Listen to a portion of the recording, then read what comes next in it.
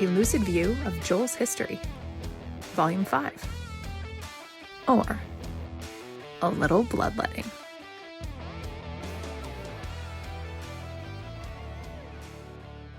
So I'm sitting there in the conference room, and I'm writing my report, and security busts through the front door like they have guns, and they walk in and they say, "All right, tell me who."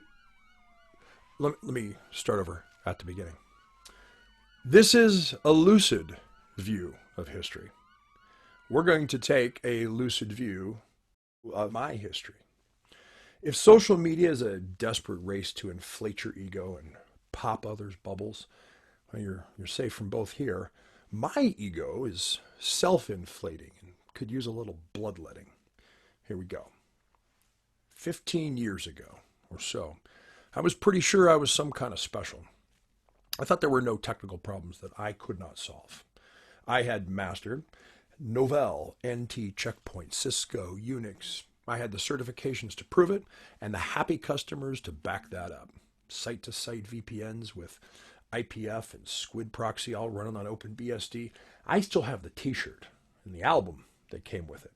I mean, sure, I had to reinstall Linux every weekend on my laptop, but that's because I wanted to. And because I switched from Red Hat to Debian after learning it was harder. I mean, more technical. Have you got a good picture? I took a career-making role at a major corporation. How major?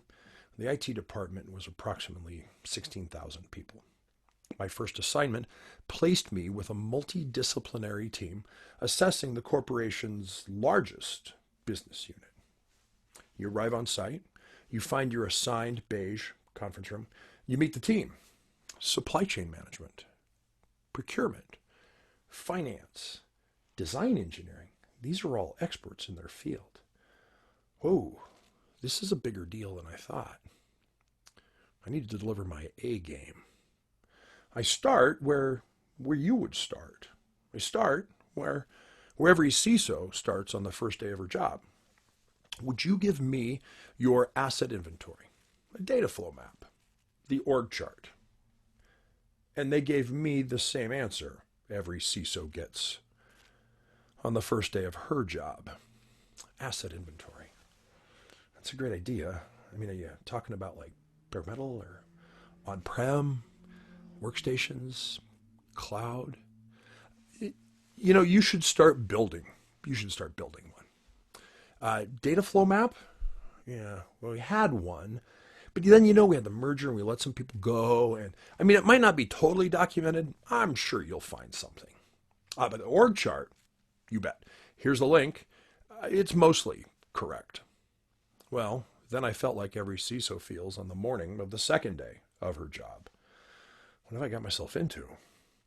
Hey, team leader, they don't have the basic, starting data. Can I go collect it? Sure, the unsuspecting manager replies. Do what you'd normally do. Huge mistake. Probably should have said, do what a reasonable person with a significant amount of experience in a large enterprise would do. So what does a highly self-regarding hotshot do to make his mark in an environment that just might be over his head? I did what every Firefly binging Neil Stephenson quoting geek would do. I whipped out my personal computer. I mean, of course I brought it. It had my tools, which, I couldn't download to the corporate issued laptop through their corporate managed firewall. I jumped on their network and started a port scan, sweeping their Class A networks. Not a Christmas tree scan that lights up the sensors, but like a tight scan. Then my script fed those results into Nessus, a vulnerability assessment tool, into which I had loaded a large password database, so I could try the doorknobs and the window latches of any systems I discovered. I left it running overnight. There were a lot of systems to cover. Plugged it into the network jack, put it on my chair, placed my chair under the table so nobody would walk by and turn it off. I mean, this place didn't even have Wi-Fi. Everyone here used Blackberries. It was so locked down. The next day, gold, Napster servers, pirated movie hosting servers, a couple of Linux boxes running web servers with still the default account names and passwords on them, all on segments that were supposed to be workstation only. Man, these guys are going to love me. 3 days later, I'm writing my report, and security, uniformed, armed, come in and pull aside the team leader. And they talk for a couple minutes over in the corner. Then all eyes turn to me. Hey, Joel, did you try to break into every system in this business unit?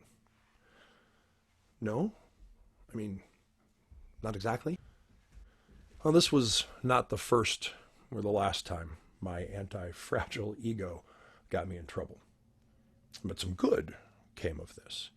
The leadership there capitalized on my mistake and recognized that they were relying on first-generation characteristics. You know how a polar bear looks at an igloo? Crunchy on the outside and warm and gooey in the middle? That was this environment. Poor ability to see what was going on. Strong efforts to be secure.